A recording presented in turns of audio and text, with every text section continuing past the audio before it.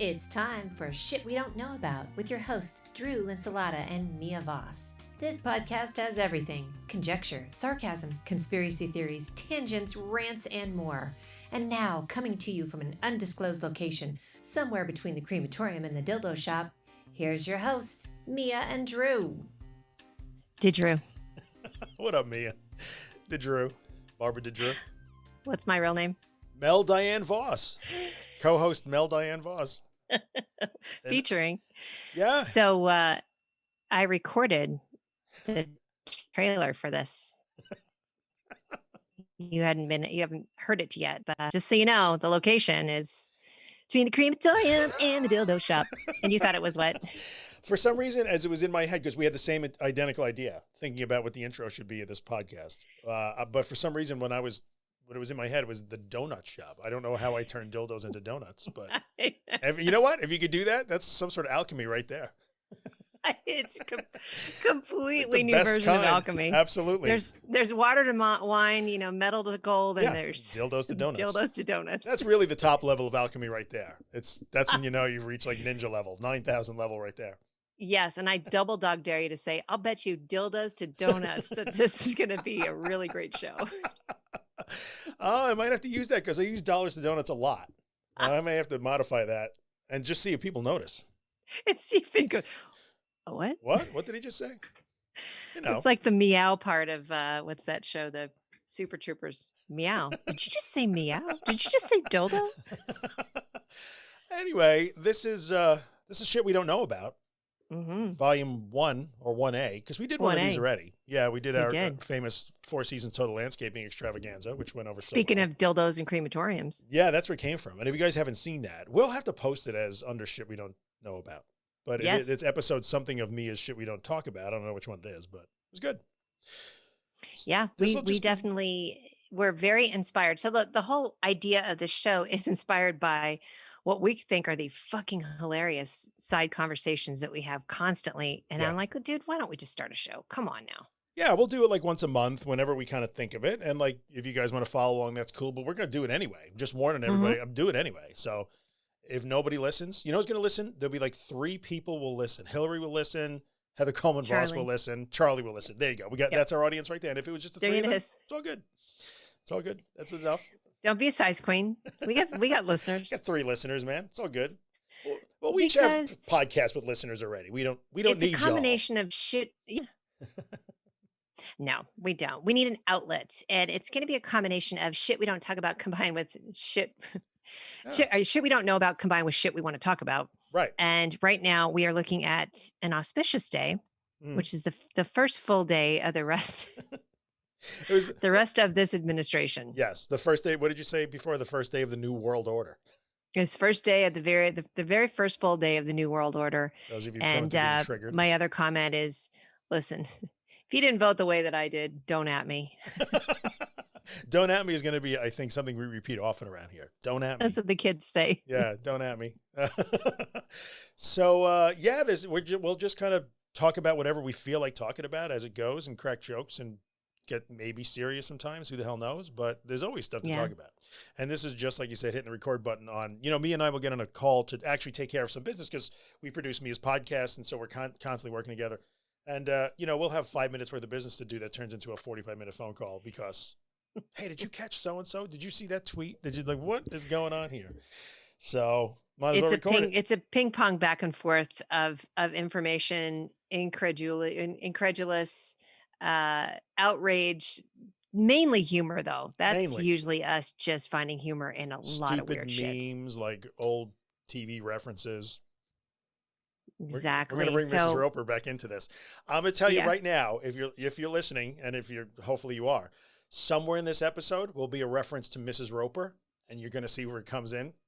You will not expect it. It's going to totally blindside you, but it'd be worth the wait. Trust me. I'm going to let you forget it to the very, right. very That'll end. Be our parting shot will be the Mrs. Roper reference. But anyway. Arcane. So we've got like an entire 4 years worth of absolute bizarro world bullshit to put a cap on if we really want to. Yeah.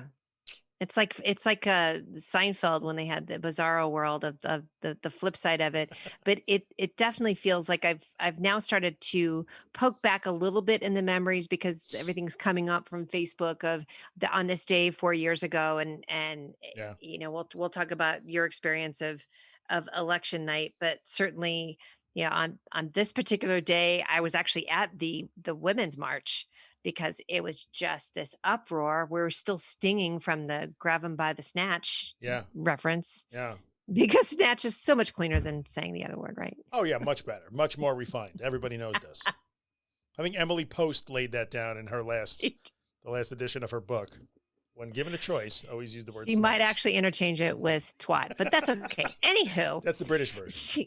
Exactly, which is hilarious. There's one more to that too, but we're all stinging from that. So now I've just recently been kind of diving back into what we were doing 4 years ago, and then kind of going backwards and extrapolating of just the shit show, and just now recently been able to poke at that sore spot of wow, that actually happened. Oh yeah, it actually did happen, and it really warped our sense of, I think, everything. So interestingly, the day before the inauguration, when there was a little memorial, it's not a little, it was a memorial for all the 400,000 plus people that we believe have perished in the COVID pandemic here in the U.S. Copper's here. My dog just wandered in. Hey, buddy. What up, buddy? So he wants to be on the show too. It blew me away when I discovered that, that Biden held a memorial, the new president held a memorial on the National Mall for all the victims of the COVID pandemic thus far. And I forgot it. I realized oh, that's right. I forgot we do that here.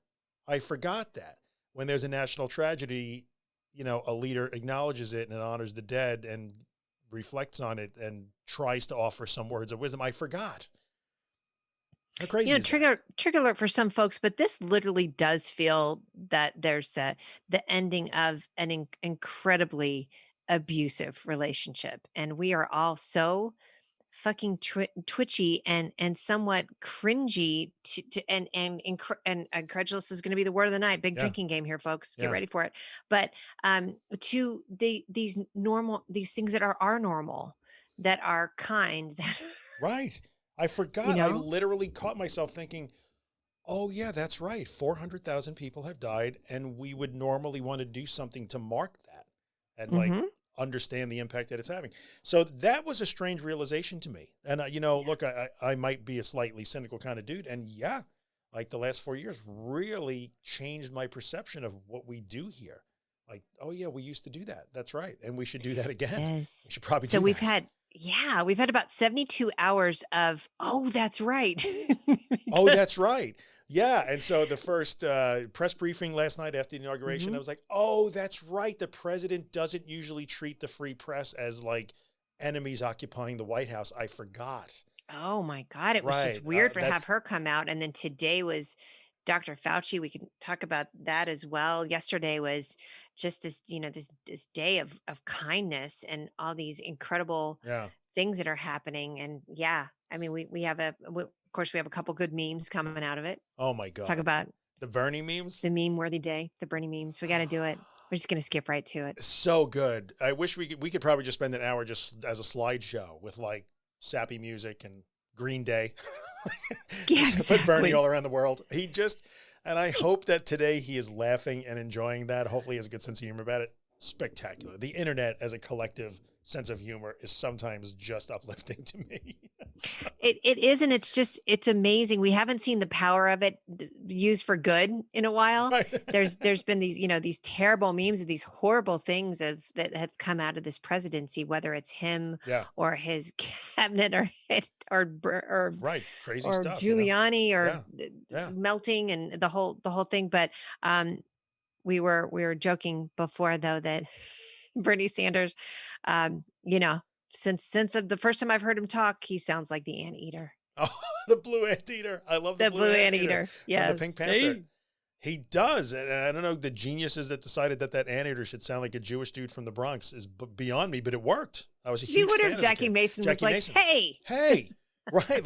Did anybody consult him on that? I've often wondered. I think Jackie Mason is dead now.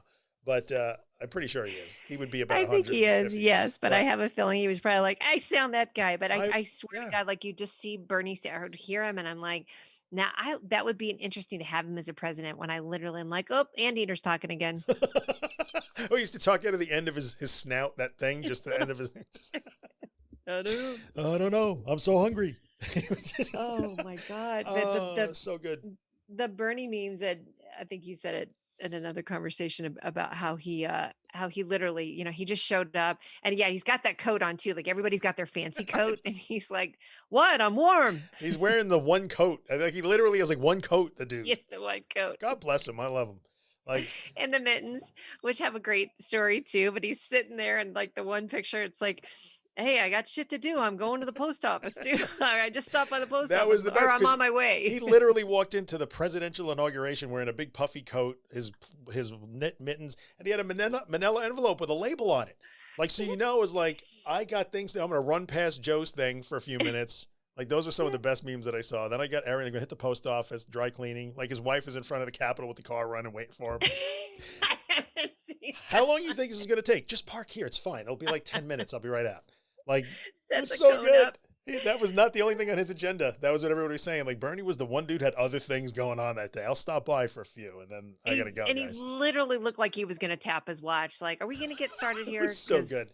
I got things to do. The Big Lebowski meme was hilarious. Yes. The one of the guy carrying Pelosi's podium, but like Bernie's turned kind of sideways, and he's carrying Bernie through the rotunda. Was so good. Yeah. My favorite one, somebody put him behind a drum kit. So, he's sitting like this and they put drumsticks and he's got a drum kit in front of him. And I'm like, that is so good. Oh my God. I just love it. The Bernie memes really made my day for sure. That was and it was so immediate considering all the great things we were saying before too about Amanda Gorman, who's this coming out of nowhere Cinderella story of this youth poet and youth poet laureate. She's actually been the youth poet laureate for 2 or 3 years. But for her to just kind of just show up and the serendipity of that too, of like what happened. I think it was what's her name? I don't know. I'm forgetting. Maya Angelou. Oh yes, okay. So if you juxtapose like Maya Angelou at Obama's, who knows what garbage heap spoke. Sorry about that at Trump's, because it could be that. And then you come out of this terrible time to this lovely, lovely poem that, like you said, you didn't even, you have to go back and hear it again. Cause you're like me, we fall down the rabbit hole of like, who's that? That's exactly right. I will admit that I missed half the poem, which I know everybody's raving about, that it was so good, but I was unaware that we had poet laureates here. I did not know that. So I got a little bit trapped. That cool. Like going through the list of U.S. poet laureates since 1937. I'm like, oh, we have those. I'm like, oh, wait, she's saying a thing. I should listen to this. It was really good, though. She was very good. It was nice to see that. It was like a little bit of a celebration of a very intelligent young woman that had a lot to say, and it was nice to see her up there doing something so positive. Yes, very much. It was very nice. Such a nice contrast. And look, I'm a cynical SOB. The world is a tough place. We got all kinds of problems. That's true. Politics sucks overall, both sides of the aisle. I'm not denying that. But it was nice to see something where there was a little bit of positivity, acknowledging what we can be if we are our best, which we never are, but we can. That's the promise that you hope for. It was nice to see that, as opposed to a speech about American carnage and how the country was in disarray and dilapidation, and half the country is the enemy of the other half of the country. You cannot live that way. What was going on there for 4 years? It's just a bad movie villain, so many of the speeches that he gave. And I think that's why, again, just everything about yesterday, you really got to work hard to look at what happened and go, and they're dicks. I've heard that. Yeah, of course, Tucker Carlson is coming out and saying, you're really, if you're talking about white supremacists, I'm like, well, the shoe fits, bitch. Right. Sorry to tell you, if you feel seen, there's a reason. There's a reason for that. But if you're seeing what happened as a non-unifying thing, no matter who you voted for. But yeah, it was interesting. I was giggling with some friends too about Garth Brooks looking like me at a family reunion, like, ooh, I just gotta stop. I gotta go, but I'm just gonna go over and say hi. I'm like, look at this bitch. I saw that. He did the whole, like, am I supposed to hug you? I saw a lot of that, you know, so that's the crazy pandemic There's a stuff. lot of that, yes. A lot of like, am I supposed to hug you? Am I not supposed to hug you? What am I supposed to do? So that was kind of weird. And it was weird to see the inauguration happen with nobody there, you know, because of the pandemic and also because of the crazy security stuff. Like, shouldn't have to do that. We should never have to see our capital turned into a military zone like that. That is just not ever going to be okay. No, and that was such a stark realization when, first of all, when you saw how well they pulled it together, which was incredible. Oh, yeah. There was a lot more pomp and circumstance than I thought was going to happen. Me too. So I was happy to see that. It was kind of funny to see the folks that were sort of standing off the side, like Amy Coney Barrett and Kavanaugh are over on the side, like, yeah, bitches, nobody wants to talk to you too. Yeah, you know, and it's funny because I did notice the camera on Amy Coney Barrett once or twice. I saw that. And, you know, my first thought is like, what are you doing there? But in the end, you know, I will have to say, look, even a very conservative court did the right thing in the end, you know, rigging the court and stacking it like, hey, Moscow Mitch, like, I know you traded your soul for your justices and your tax reform, and in the end, he got what he wanted. He got a conservative court. That's what Mitch McConnell wanted. But even the conservative court ultimately did do the right thing here. So I do have to give them credit for that. I do. It was an affirmation that the court is not a political tool. And that felt good to a certain extent. That did. And Neil Katyal, who's one of my favorites, he is a professor, I believe in DC at Georgetown, but then he's also been involved with the Trump Obama administration. So he's the guy that was doing the courtside daily on Instagram. If you guys aren't following him, it's KATYALNEAL. I had to turn to him daily just to calm my ass down. Yeah. Because he would sort of extrapolate every shit show and I meant that shit show of that day, and then make you feel better about it, because when you start hearing these case after case after case, and I love how each day he would remember and he would remind you and say, at this point, we've had 45 cases. Only one has actually even had any merit to it. And there's still, and I think it ended up being 61 or 62 cases. It was. And these were with Trump appointed judges, with Republican judges. Yeah. So I agree. I was happy to see. Federal level. Yeah. All the way up to the Supreme Court, all the way up to SCOTUS. And even his own, some of the most conservative jurists we have in the country bounced them. So that was, you know, again, an affirmation that, like, in the end, we don't circumvent the system. So that felt really good. The thing that was, I also want to point out too, because there's, of course, we have crazy pants. We have this amazing both sides of the spectrum here in Colorado. We have Jason Crow, who is congressional 6th district. He's who I campaigned for last year. That was my first time really, really getting involved with the actual phone calls, and we were on Zoom calls and making a lot of calls, probably about 4 or 5 hours a week of just, and it was so cool to have these. Sometimes good. One of them I got, you know, who's voting for Trump? Your mom. You know, that was funny. I actually thought that was really funny when I got that was an actual call that you got. Your mom. Your mom. Like, oh, come on. You got to give, you know what? Props to you for that, brother. I did. I laughed and you hung can't up. Not, you can't not. Yeah, they heard me laugh. I thought that was good. So we have Jason Crow, who was the representative who was on the floor in the Capitol when all this went down. All right. He's a former Army Ranger who was just keeping everybody calm, telling them how to put their gas mask on. Yeah. And he's pissed. Oh, he is so Can you blame pissed. the dude? Can you blame him? Oh golly, I love his righteous rage about this. I think it's fantastic. And one of the people that he's pointed at is this bitch here. So this bitch, is that bitch? Yes, it is. Lauren Boebert. And she is also here, just won by the seat of her pants. But when I look at that and when you see Stop the Steal, I think, bitch, don't you think you wouldn't be here too if we stole the election? Do you think we just were very specific about Trump? Like, get your head out of your ass. Yeah. FOH. Yeah. And I think it's so, you know, this is stuff that's going to get dissected. I find it fascinating. It's sad because for years to come. Yeah. But it will be dissected for years to come, sociologically, politically. Sure. A time when ideology morphed into something totally different. And, you know, you could think about the core of what that ideology is supposed to be: smaller government, balanced budgets, more personal freedoms. Okay. That's a political ideology. That's an ethos. We know that one here. We have that. Many people share it. That's fine. How that morphed into this fear-driven, we must take the country back. It's being stolen from us.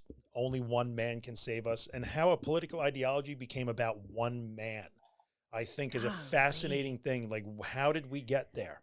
So that so many people, and look, I understand that he got more votes than any other president ever, but the other guy got more. Like, yeah, what a crazy, crazy election it really was. That's true. But in the end, I don't believe that all 74 million people were idolizing one man. I know that's not true. However, some percentage of them were, and I would love to be able to pick that apart. It'll go far beyond our lifetimes before we understand how that happened. I like go with God on that one. How did that happen? Right. You get how did we go from like really having strong political views, even moral or religious views, that's fine, and turn it into the idolizing and blindly following a man? Well, and let's really get into it, folks, because you're like, this is supposed to be funny. It is funny. It'll be funny. Hang in there. It's coming. The funny's coming. Yeah, we'll sprinkle it in. But I think what's interesting about it too is that you can turn.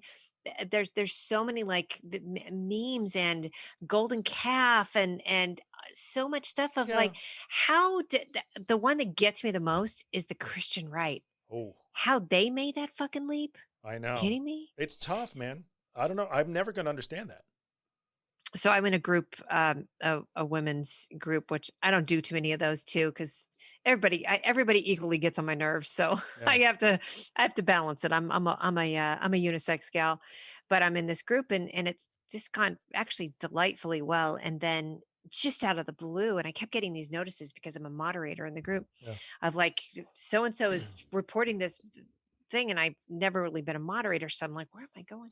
Yeah. And it's a woman that said, I really don't want to be in this group anymore. I'm a conservative Christian woman, and I didn't join here for politics, especially when it's a candidate who got elected by a female candidate that got elected by questionable circumstances. And I was like, so this bitch here. Yeah. So you're going to bring out all the guns of your racism and your sexism, because she's that old trope about how she got there. And so it was so interesting though to see who came to her defense of, well, she's having a hard time and I know she's a good woman. I'm like, no, she's not. Yeah. I don't know how that could be. Right. You cannot roll in here and say that about this woman and say, oh, it's she just got it from fake news. Right. And then add in the Christian thing, especially let's talk about it. Let's get there. Yeah. When you look at that former president's wife. Now, I am not slut shaming at all, but I'm just saying. Yeah, no, I get you're gonna get. Where are we going? How did you make that jump? How did your brain process that? Somehow, so that's where I'm at. You don't have to answer that. That's my rant. No, but it's a good rant, and I think it begs a big discussion on so much of this stuff. How did we wind up idolizing one man and going past ideology? How did we forget that, like, okay, maybe that particular person strongly believed in whatever. Maybe she was pro-life. Okay, that's at least, you know what? You can disagree with it, but at least it's this is my faith. This is what I believe. Okay, fine. But to go beyond that, even like a very strong belief in personal freedoms or whatever you want to call that. To the man. And now I'm going to, the man, then I'm going to link the man to my faith and say that he is somehow divinely appointed to be the man that transcends all ideology. Like, so somehow we took it to an extreme. And no, I do not believe that we should be in the business of whitewashing that and glossing that over, because that's a problem. That is a problem. It leads us down bad roads. And I don't care if it's a liberal ideologue or a conservative ideologue. That is a dangerous place for us to be in, where we can do that, where we will just justify that and then excuse that. Like, don't paint yourself. What do you mean she's a good woman? She is happily supporting this in the name of her agenda. So I'm going to forget all the other stuff because I like this part. Yeah. So I agree. So much stuff to dissect. Let's tell a real quick funny about Betsy DeVos, where we get the man, which there's things to celebrate are the junk ass people that are now going to be gone. Yeah. I'm pretty excited about that. There's just some folks, and one of them for friends who are in education, Betsy DeVos is just a garbage pile of she really, I get it. it wasn't good. No. So you guys will have to look up on interwebs, the SNL skit. And this happened way back in the day of Betsy DeVos. And when she was just nominated, right? Yeah. yeah. And she gets on the, and I think it was Kate McKinnon was playing her. And they said, oh, now we're going to bring up Betsy DeVos and talking about the spoof of these press conferences. And she gets up there and she's like, got her face. And then she goes, yes, the man, like pointing to the reporters. And now we say that all the time, the man. That is you and, you and Charlie, and then you spread it to me. Like, so it's like a virus that cannot be contained now. The man. And like, I did not know that until you dragged me in on it. Now I can't stop. Yeah, it fits in so many ways. And it is so nice, her being gone is going to be celebratory. Definitely. And yeah, we seem to be, well, whatever. This is stuff that we want to talk about. We're talking about whatever we want. Even if we don't know about it, we're going to talk about it. That's why we named it. We don't know. So, Mike Pompeo going out with the dying on the hill of that we should be multicultural. I'm like, bitch, you have an Italian name. Like, what are you talking about, dude? I love how at the end, everybody came to Jesus. That killed me. But Pompeo, did you see what happened? Right. The 1201, he wasn't the Secretary of State anymore. He got sanctioned by China. When the Chinese are kicking you out, I mean, look, him and was it 28 U.S. diplomats? Big number. Like, no, you guys, you cannot. You're not even allowed here anymore. Don't be coming here to visit, man. Like, all righty then. Like, don't come in here bringing your bullshit. Me coming in with bullshit. Bring my bullshit. But yeah, I got a kick out of it at the end too. That was kind of like, oh, now y'all growing a conscience. Now that the heat is on, now you need to distance yourself. So that was really tough. But I think. Yeah, I mean, like I said, this stuff is going to be talked about for years and years and years beyond anybody probably even listening to this. I would love to know how it's going to be viewed in 100 years. Like, what was this period all about? I do too. And I think what is interesting, as I said when we first started, about sort of going back and peeking back to that time of what we felt like. And one of the things I was thinking about were these pictures that I have when I visited the White House and the Capitol in 2015. So long before Trump was even, of course, he was spouting his birther stuff. And at that point, he was already fired the fuck up because he was so mad about, I mean, that talk about holding a grudge. This entire presidency was based on a fucking grudge of somebody that could not take a joke. And that would be Trump. And I think that even stems back to either 2012 White House, the Correspondents' Dinner. Yes. Yeah. He got roasted a little bit. Did not like it. Didn't like it. And he came back with a vengeance. But, going back and looking at these pictures, and some of the pictures were taken when Obama was just coming back. So he was coming back on the big helicopter and landing. And then I got these pictures of him walking through the now defunct Rose Garden. Oh my God. Bye, bitch. That's awful. And, just, and even sitting in the press room. So I was with all the press corps and got to sit in, what was the gal? There was the one older gal that always had the seat right in front. Oh, Helen. She was the grand dame of the press corps. I can't remember her last name though. Helen. I can't remember. Yes, you know what I'm talking about. I do. Sitting in her seat. It's a very, very tiny room. And so just, thinking now about just the shit show that's occurred in that room, and now how different it is. But it's been interesting to sort of go back and think about, that pre-time, and then everything that's happened now. And it's been painful. And I think what's going to happen is we're going to spend probably the next year and a half going, oh, that's right. Yeah. And thinking about just the weird shit that happened. Oh, that's right. I forgot because it was so much. It was so much. Every day was a cacophony of published today. Was it Forbes? Possibly. It might've been Forbes. I don't know who it was. Who published alphabetically A to Z, all of his Twitter insults for the past 4 years. Amazing. And it goes for pages and pages and pages. They just took, and you could literally go to a topic. Who do you want to hear about? You want to hear about when he was pissed off at Bannon? You go to Ask for Steve Bannon. You want to hear when he was pissed. Everybody that he threw under the bus after singing their virtues. You know what that thing's called? Don't make any fucking plans, because you're going to be. That's exactly right. It was amazing to see when I just scrolled through a page or two and I'm like, this is amazing to see. This was the sitting president of the United States literally throwing tantrums like an 11th grader that had one too many beers. Like, I could not believe it. So what a weird time to sort of come out of now. Yeah. to return to what we thought it's is been normal. interesting to, yes, and to correspond every single shitty thing that he said to a tweet from the past, which hopefully Oh, yeah. somebody has kept. I Oh, think they were out there. everybody has kept a screenshot Yeah. of every corresponding thing from 2012 when he's complaining about, I mean, the golf thing. Let's just start with that. Right. Good God. Right. You know, Amazing. of everything that he hates about people. It's pretty uncanny, his ability to flip things. I've never seen anything like it. You know what, though? In the end, this is what probably the most fascinating thing in the last, to me, 2 weeks. We saw what we saw happen. Everybody knows what happened. To watch how quickly, and if you think that politics is what have you done for me lately, and it always has been, because that guy went from absolutely unassailable, in control, just holding everybody hostage in his party and calling the shots, to absolutely radioactive in less than 24 hours. To see the magnitude of that collapse was, I'm not even saying, look, I want to do a little bit of touchdown celebrate, a little sack dancing here in the end zone over it, but forget that part.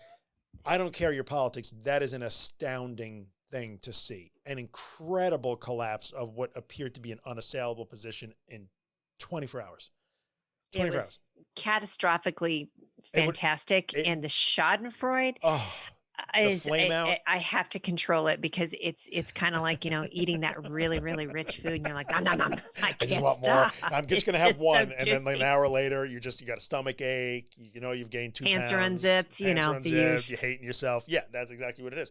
But to see how that worked out was just, it's still astounding to me.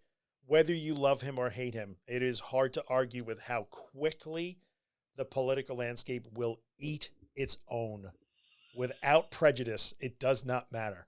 And to watch even many of his allies, and look, I get it. Lindsey Graham was all gung-ho, I'm done with Trump that night. And then the very next day, his nose was all brown again. Oh, yeah. You know Trump stopped short and he's brown up to the shoulders. Right, like, exactly. Skirt! You know, he's in it to win by the it. way, I feel very upset, by the way, that I was not in on the Lady G. Did you know that he was known as Lady G, Lindsey Graham, for the longest time? And I'm like, holy shit. A friend of mine mentioned Lady G. I'm like, what is this Lady G? I have FOMO. I completely missed out on something good. Seriously? You're like retroactive FOMO. Like hell, I could have been laughing about this forever. Nobody consulted me on the Lady G thing. What the fuck? So, yeah, that was really weird to see everybody turn on them and see people now, whether it's McCarthy or, you know, Blunt or Cruz or Hawley, not know where to go. I need to go over here because that's where the guys with the red hats on the votes are. But if every time I go over there, someone else bitch slaps me. So what am I supposed to do? Yeah. I got to say, Hawley has been balls deep in this and he has not let up. Hawley and Ted Cruz are the two that have really just been like, you know, I got to give him credit for how 100% they are in on running this ship right into the side of a building. Cause that's kind of the analogies you can do. Absolutely. And I'm going running a ship into the side of the building. We have running into the side of the building. And when we hit the side of the building, I'm going to throttle up even more. Like it ain't over. I'm going to give it more, man. Come on, Scotty, you need more power. And you know what? I will give those guys credit for that. I'm doubling down. I don't care. I'm on fire. I don't care. I'm going to stick with it here. That ain't no thing. Today was interesting because Ted Cruz tweeted about that, you know, because the president put us right back in the Paris Accord. Did you see his tweet about how clearly this shows how the president cares more about the residents of Paris than the residents of the U.S. And I'm like, you cannot have meant that. To me, I mean, look, that was funny. Say what you want about Ted Cruz, but he cannot be a stupid man. He's well educated. He's highly regarded in terms of his legal mind. There is no way that you actually thought that was true. You are literally pointing your Twitter gun at the most ignorant people you can find and firing it right at them. See, he chose Paris over Pittsburgh, is what he said. Yeah. Oh, it was just, it's frightening to see. That was frightening. And I have a hard time balancing, and I'm going to have to go through detox of the Schadenfreude of like just enjoying of like, look at this here, smell this, it smells bad. You know what I mean? Like amazing.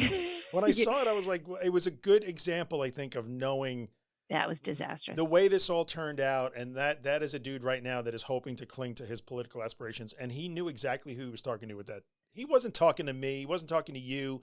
He wasn't talking to, people at Harvard. He was That's talking specifically to people that would be riled up to hear he chose the French people of Paris, as if the Paris Accord had anything to do with Paris. And he was just getting skewered online, man. Like, that's where they signed it. Clearly, you know this. But I'm like, why are you bothering? He ain't talking to you. He's talking to a guy who literally thinks it has something to do with Paris. Yeah. Tough, and man. that leads to the ideal, which, as with most insurrections, most wars, most disagreements, are always about the haves and the have-nots, and the intelligentsia, the intellectuals. Yeah. That's how. Certainly World War II. I mean, that's the first thing they went after. And that happened also in China with Khmer Rouge. It's happened with most of them. They go after people with glasses, people that are educated. That's the first thing they hit at. And this whole flyover states thing, and quite frankly, the biggest thing that Trump appealed to them is, I hate the things that you hate. Right, exactly. Under the guise of, I'm going to do things for you, but it really was fed by, it was I hate fed the things by that. that you hate. I hate the things that you hate. Yes, we're being marginalized by the intellectual elite. And I got to tell you, so you are correct in what you just said there, but on the flip side, there is something to be said. I hear a big but. Well, yeah, and I'm going to say it. I ain't going to apologize. Don't at me.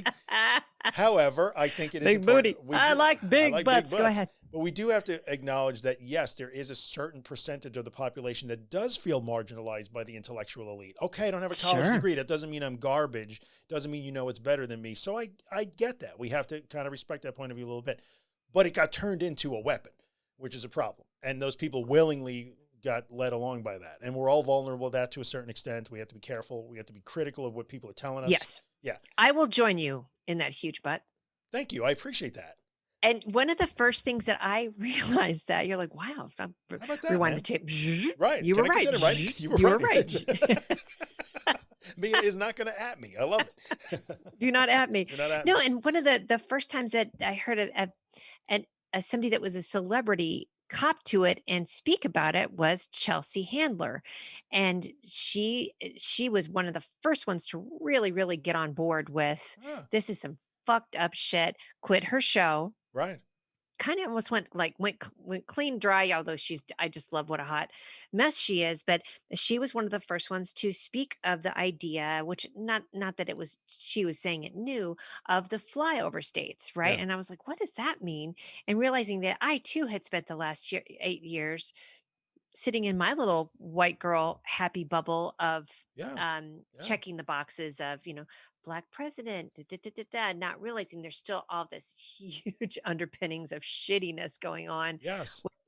With all types of marginalized people. So I love that she did talk about that, of how that was. I love the word fomented has been coming up a lot. Have you noticed that? That is a good word. You hear fomented in the news. Yes. And I was thinking about this today with big words and intelligentsia, because the darling Fauci was on. I fucking love that guy, by the way. Yeah.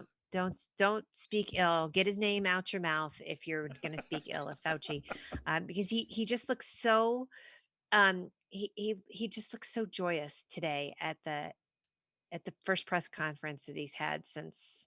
And they actually did a tweet of pictures of him today and pictures of him at like a Trump press conference. And the Trump one, he's like rubbing his face. Oh, I know. Yeah. Just a face palm after face palm. Head shaking. No.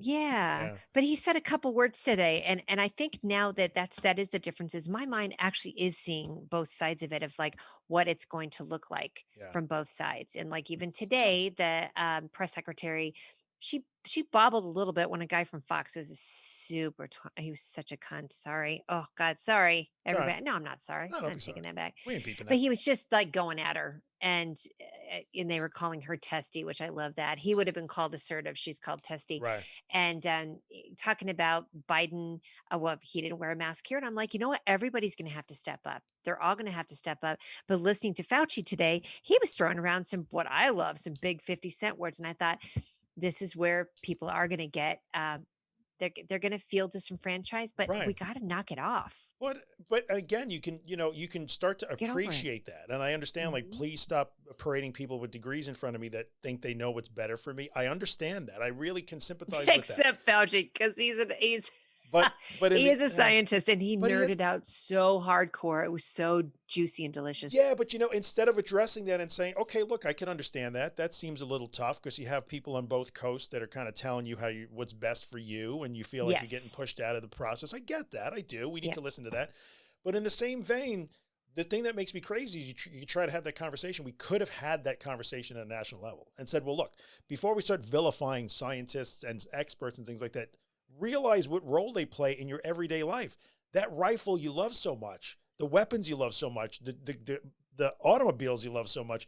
When you trick out your truck, man, like, that is engineering. That is science. Those are people with PhDs in math and all that stuff. So you can't love that part of it, but hate this part of it. And I think it was weaponized to a certain extent. They, like, those people with that agenda, and look, we'll wrap up, I think, with what that agenda was and how quickly they dropped the loyalists under the bus. They kicked them, they beat them, they put a fire hose on them, and then they let the bus run out of them. But they weaponized that fear of intelligence. They weaponized the fear of expertise, and they spoke right into that fear of being marginalized. And the brown people are taking away your country. The elitists are marginalizing you. They're taking everything away. You got to take your country back. And what amazing, those are powerful words that riled up a lot of people. And amazingly, the rabid, fearless, truth-seeing, patriotic revolution fizzled in 24 hours as soon as the heat was on. And the leadership of that was doing the fomenting. And, we really do need more fomenting, I think. We don't have enough of that. We do. There's fermenting, and then there's a foment. When is there fomenting? Once every couple hundred years we foment. We probably need to foment a little more. But those people that were doing that, man, they believed it. How do you feel when you see that your leader completely folded at the first sign of pressure? The minute things started collapsing around him, he disavowed any connection with those people, condemned them, declared that they should be prosecuted. But that was only after he got his Twitter account pulled. Got it. As soon as the heat was on, called that. Yeah. As soon as the heat was on, he decided he wasn't all about trying to take back the country anymore. He was about saving himself. So I have a little bit of sympathy for even the people that may have been in the Capitol causing trouble when they were literally hung out to dry. They went to war for a dude that had not been any less interested in them at all. Or the cause. And if you're looking to get a coupon or a discount code from Drew for that sympathy, you can add him. Yeah, like, you can at me. If you're looking for some of my sympathy, I'll liberally dole it out. I'm going to get a lot of it. I'm going to say it lasts for it's like a 7-day deal, maybe. Yes. But then after that. Yeah. Act now. I'm sorry. Yeah. So there's that. We got to get to Mrs. Roper. Yeah. So we're gonna end with how it ended. There's the how it started and how it ended. And one of the best things that I saw on the internet was the meme, and it was, they left the White House, and she's in this. We're talking about Melania. Yeah. Just so you know, she's in this, black suit, like very, very mourning worthy. And then all of a sudden, when she gets down and lands in Florida, girlfriend has like presto changeoed into, I don't have to do this fucking job anymore. And the meme was literally said, if I don't have to do this shit anymore, was a person. And it's Melania comes rolling out in what could only be known as a Mrs. Roper moo extraordinaire. And he's still in his suit, right? He's still got his red tie on. He's got the whole thing on. And she's got her house slippers on. Girlfriend is not having it. So yeah, I am surprised she did not have a glass in her hand. That was the only thing missing. You're right. It's like, I am out of here. This is over. Won her off down the tarmac. Yeah. Got to go. Yeah. Oh no, over here. Like Mrs. Haverkamp in Caddyshack. No, Mrs. Haverkamp. Oh, over here. No. Yeah. That's all I was very surprised she just didn't have a glass of champagne in her hand and just ready to I am out of here, man. Bitch, we are done. Totally. Now. Yeah. So totally. I think the exciting thing is going to be see where we go from here, but we are going to be breaking that down just in our heads of like, what's Eric Trump What's Donald Jr.? How many lines of coke is off a hooker is he going to be doing now? Man, I mean, like it's going to be fascinating. interesting to see where they all. Ivanka is my my Achilles heel of curiosity, though I have to say. So this bitch, if you look up, is that bitch? Literally, it's Ivanka Trump. Yeah, I don't know. I guess I never paid attention to her before, so I don't have any, I understand she's an icon and she builds a brand for herself and all that stuff. She is a grifter extraordinaire. She is a grifter. Okay. I mean, that's fine. Don't at Mia. And I think you might be right. I can't, I'm going to sit on your laurels on that one. Let's take it. Okay. If you say she's a grifter, I'm there. It's so fascinating to see the dynamic of the whole family anyway, and to see how she's sort of taken that at the right hand of the father position as well, and got Melania, and there was a dynamic with them as well. And then of course there's always the creepy comments that Trump constantly made about her. Always fascinated by the fact that Jared Kushner all of a sudden was elevated. I mean, and they really pushed through, and I think they bent rules because he couldn't even pass. Right. Like getting through security. They even let my dumb ass into the White House. That they what does that tell you? How to what's that tell you? But but even the fact that like Jared Kushner's dad he went to prison for like just stealing a bunch of money. Nobody ever talked about that. Like the grift and the glossing over was incredible. So bye bitches. To see them get turned radioactive too overnight. A little gratifying, because I think most people would have thought like they have got it made in the shade. Even when they're going to roll away, they're going to launch Trump TV and Trump this and Trump that, could be rolling into money, and they're going to be doing personal appearances and riling people up. And all of a sudden it became like just tumbleweeds going past, really weird. If you watch that old clip from them going to I think it was the G8 and Ivanka shows up and Merkel's there and all these women, and she walks up and tries to make a comment, and it was like clunk. Like, what are you doing here? It was like something out of Veep. I swear to God. That was the first really crazy thing I remember about the Trump presidency. Was like, did he bring Ivanka to the G8 summit? And why is she trying to muscle in on that conversation? Yeah. Is she sitting in his chair? You know what? I think she's sitting in his chair. Yeah, she might be a great businesswoman. I don't know. But like, really? There's not too many people that belong in that room. She definitely is not on the list. He didn't even belong there. So much less bringing her. Yeah, no kidding. All I can think about is her with the Goya can. Hey, before we sign off, can you tell me do you know what the Twisted Tea thing is? I missed the whole Twisted Tea thing. I missed that. Oh yeah. So the Twisted FOMO. Tea is it's a clip of just a young white supremacist man acting a fool, and it's all filmed through security footage. Yeah. So he's just acting a fool, and there's people in line. It's at a 7-Eleven, and he's just talking shit to everyone. And there's a black man standing behind him, and he's just kind of biding his time. Kids acting foolish, and he's got it. The black man has a can in his hand, and it's Twisted Tea.